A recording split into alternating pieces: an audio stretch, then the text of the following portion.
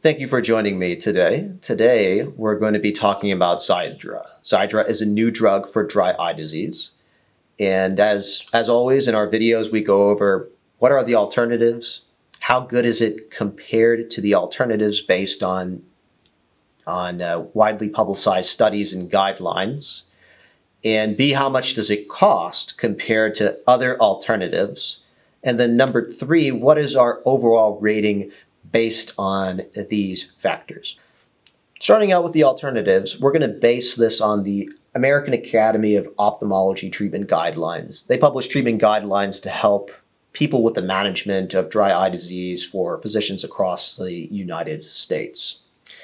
So their treatment algorithm, as they call it, is a two-step system here. So we've got step number 1, they recommend artificial tears. As step number 2, they recommend more artificial tears and other drugs such as Xiidra and other drugs such as Restasis and Cequa and a few other options.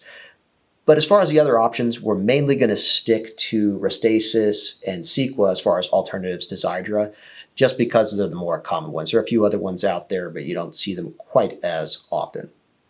So starting out with the artificial tears, does the fact that artificial tears are recommended first line mean that they are better than Xiidra? Not necessarily. And the reason is because as of right now, there is still a lot that is not known about dry eye disease. As more and more studies are done and more research is done into this area, they're finding that dry eye disease may have many different causes. It could be caused by some kind of inflammatory process or some other underlying disease such as Xiidra syndrome, or it could be caused as a side effect of some medications that may cause dryness. So with artificial tears, they're exactly what they sound like, and basically they're a tear replacement. They're designed to mimic what a tear is as closely as possible. The other reason too is the alternatives that we're going to be talking about, Restasis, Cequa, and Xiidra, they're all immunosuppressive drugs. That's how they get their effect. So what they're looking to do is stop an inflammatory process to allow the production of more natural tears. However, if someone's problem is not necessarily that they're not producing tears, but their tears are, let's say, if not high quality, there are a lot of other things in tears aside from water. To give you an example of what problems you might run into, let's say you're trying to boil a pot of water for rice or spaghetti or something. What do you do before you boil the water? You add salt into it. And the reason you do that is to raise the boiling point of the water so you can add more heat to it before it'll evaporate. So some people's dry eye problems are more so due to not the production of tears per se, but that they're producing low quality tears that evaporate very quickly. So an immunosuppressive drug, it may not be as helpful for those type of people. So that's why artificial tears are recommended typically first line, because a lot of times people are not able, even if we knew what mechanisms were out there as far as what the causes of dry eye disease were, there may not be a test that could tell if you have the specific type of inflammatory problem. Could you test for it? If you could, then you might be able to better guide what you would want to take first. But since there's still a lot of development going on here, it's often recommended that people take artificial tears first, because as you can imagine, they're typically not going to have as many side effects as some of these immunosuppressant drugs or other drugs would be. So that's artificial tears. Second step, of course, for artificial tears, they also recommend preservative-free artificial tears. Sometimes those can get a little bit better results than those with preservatives in them. But moving on to the other drugs, aside from Xiidra, which would be Cequa and Restasis. Now, these drugs are not exactly the same, but they are similar in that it's the same active ingredient, which is cyclosporin, an immunosuppressive drug. Now, are there any comparisons of these two drugs out there? Are these two groups of drugs, let's say, it's the Cequa, Restasis versus the Xiidra? The answer is no. There are no head-to-head studies. And even if there were, it doesn't necessarily mean that one would be better than another. Again, because they're looking to block different inflammatory processes than each other.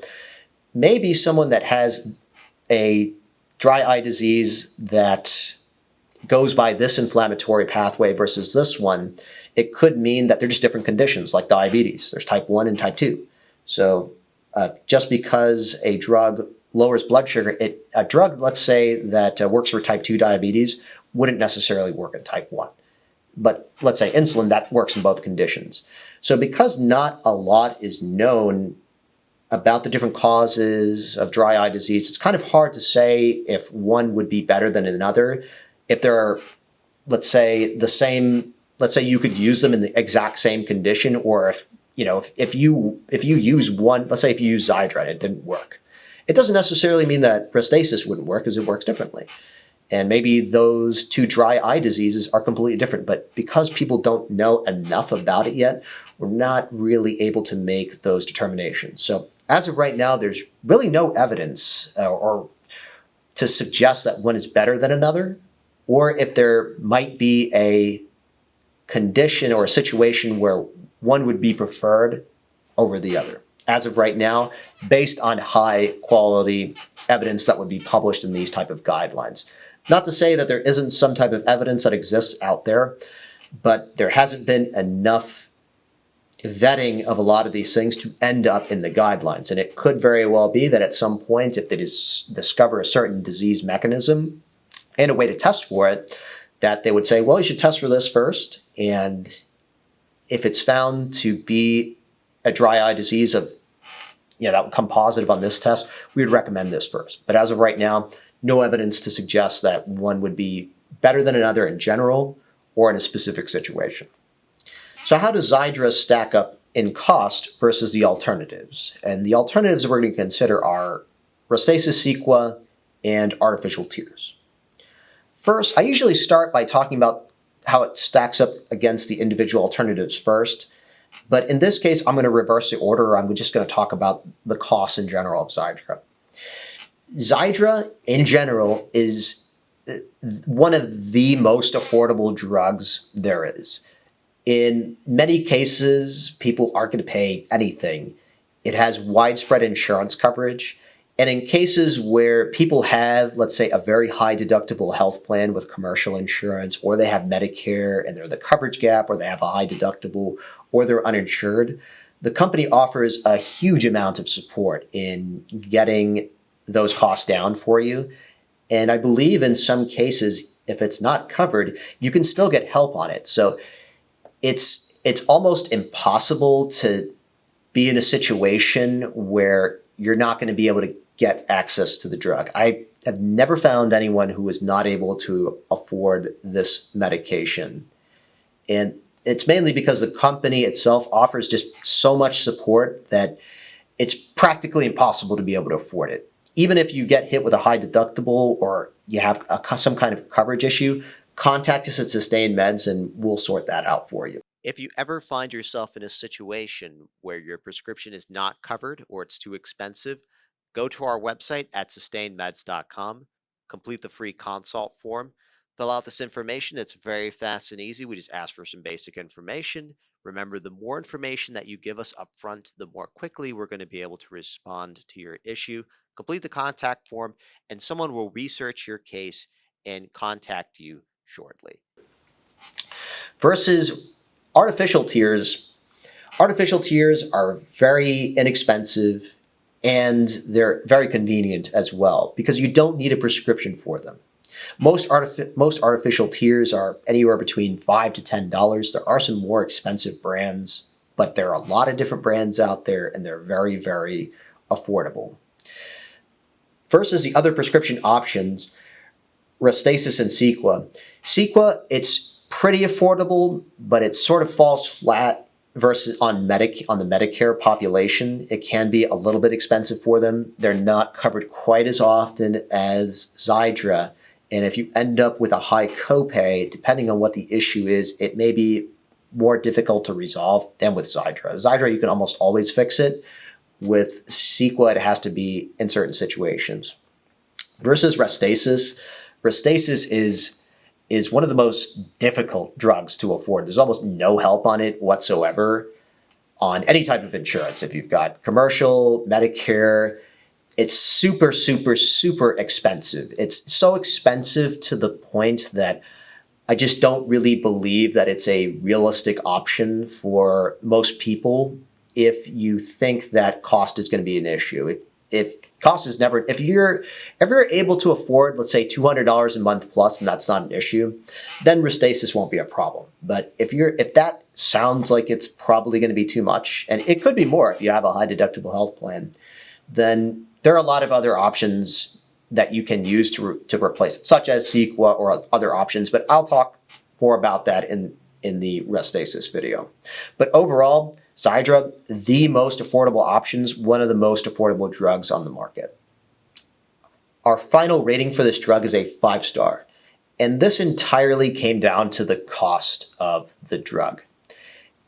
Yes, it's not proven to be any better than the alternatives or even artificial tears, or in any specific patient population as of yet.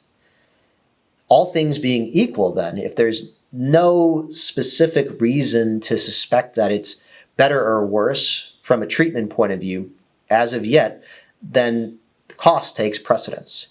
And there is so much help on this drug that the company is offering. On average, people are going to be paying $10 or less. And if that's the case, it's not really possible to give it anything less than a 5-star. If someone is going to come out with a new brand of artificial tear that is exactly the same as all the other artificial tears, but they're going to offer it for 10 cents, I got to give that a 5-star, because that is going to be a benefit to the consumer, if all things being equal, of course. So for that reason, it's got a 5-star. If you're having trouble getting access to this drug or affording this drug, definitely give us a call, because more than likely we'll be able to resolve that, and fairly quickly. Hope you found this video helpful, and we will see you next time.